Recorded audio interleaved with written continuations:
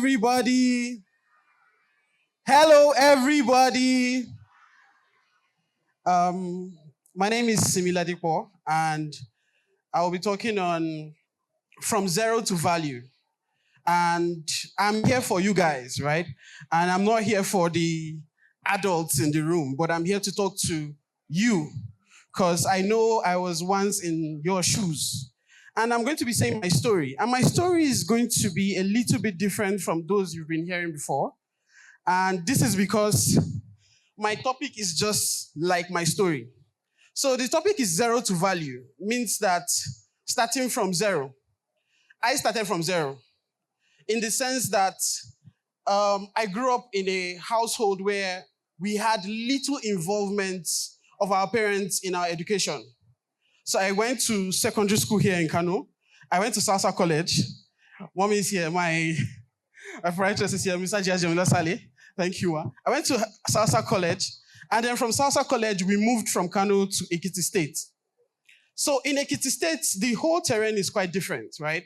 So there's this boy, I don't know how to speak Yoruba, I don't know how to speak English well, I know how to speak Hausa very well.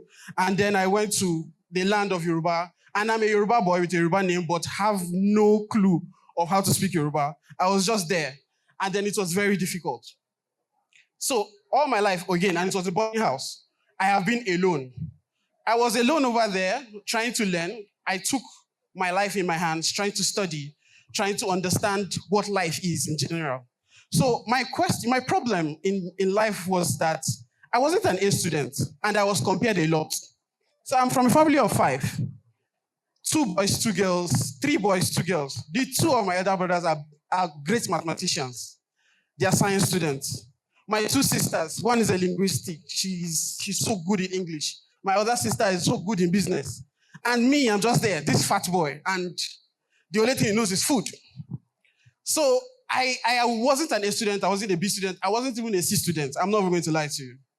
But at that time, it was because I hadn't really discovered what I was. I was actually an A student on the inside, but I wasn't A to the subjects that was in the school. I was A in my mind. I was asking questions that was beyond the books. I was asking questions that was beyond what I was being taught. I remembered one time in school that one of my teachers spoke to me, and he was teaching us movement, and he mentioned train. And he said that trains are the slowest means of transportation. And it's so slow. And at that time, I remember asking him a question. I told him that, so I've been hearing of light trains. Light trains are very fast. They're faster than some cars. So why would you say trains are slow? And the question he told me was that, see, when I was in school, that's what I was taught. You too, that's what you will learn. That was what he told me. Simple. And I kept on having those questions in my head. And what I now did was, it was very funny, but this is what I need you to pick. If you are in my shoes, or even if you are not in my shoes and you want to make the best out of life, this is what you will do. I drafted a syllabus, a scheme out of my life. I drafted a scheme of my destination. So I learned one thing very early, and that is that it is not just about listening to people. It's about listening to people who has lived the life. So it is easy for you to listen to someone to tell you that, oh, don't do this wrong thing. But if the person himself doesn't have that discipline, he cannot teach you discipline. There is nobody that can teach you what they do not have. Someone that is not rich can never teach you to be rich. You need to learn that very early, right? So someone that is not excellent can never teach you how to be excellent. So I needed people that were excellent to teach me how to be excellent. So I went on further, created a syllabus. I was in school. I studied accounting. So while I was studying accounting, the reason why I studied accounting, I always say this, is because of money. I always like money. I wanted more money. So I studied accounting, and I noticed that a lot of my lecturers were not as rich as I wanted. So I kept on asking questions. I kept on reading books. I kept on reading documentaries. And then from there, I got light. I saw that in all these people that I admire, they all have the same formula. They all did the same things. They all had the same story. And the story is that they created the syllabus by themselves. They created a scheme. And what that scheme was that they had people running in front of them, and they were running after them. They had people that had gone through and that had passed through difficult times. And then those people was what guided their lives, right? So I saw these people and I tried to envisage the life I wanted. I saw myself in suits. I saw myself in the greatest of places, even when I have never been there. And mind you, I'm from a family where we are very, very humble. So I didn't have the luxury of traveling. I didn't have the luxury of visiting places. By the time I finished university, I went to Lagos. And the reason why I went to Lagos was I got a job. The job was paying a very, very minimum amount of money. But that job was what changed my life because it was in VI. And Victoria Island is a place that had like skyscrapers, rich people around. So I wanted that job because I wanted to be around people that are successful. So I was there. I remembered myself, small me then, with suits. I was walking under the sun everywhere, looking at big buildings. I was seeing interns coming out from buildings, sky-rise buildings. I was imagining myself. I dropped proposals in corporations, and they were laughing at me. My proposal was like a paper and a pen written, and I was going to corporations and I was dropping them. I just had the dream. I had the drive, and that drive had brought me into what I am today. Through different times after that time, I encountered trading. Now, trading is something that was totally frowned upon. And yes, it is difficult.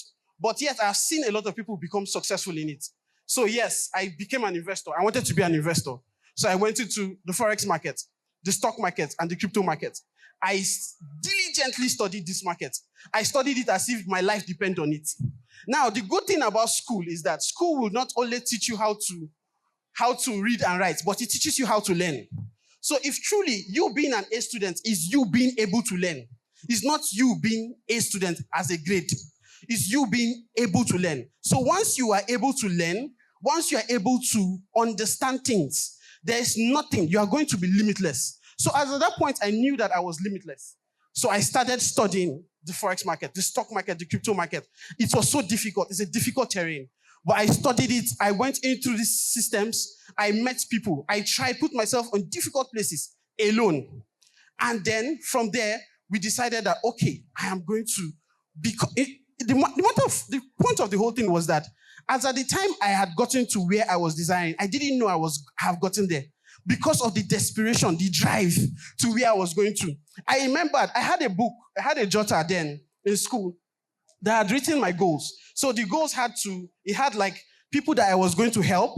It had the money I was going to send to my parents. It had the house I was going to rent, the car I wanted to buy. I had all these things written. By the time I was checking that note, years after, I wasn't even at that place. I was like 10 times further than that place that I was.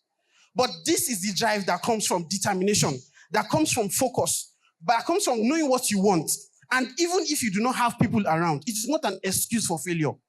If you do not have the people around to talk to, it's not an excuse for failure. Look for them, hunt them down, study their books, study biographies. Look at what you want to become, and you can become it. You will become it. Only you can become it. That is what I have to say today. Thank you so much, guys.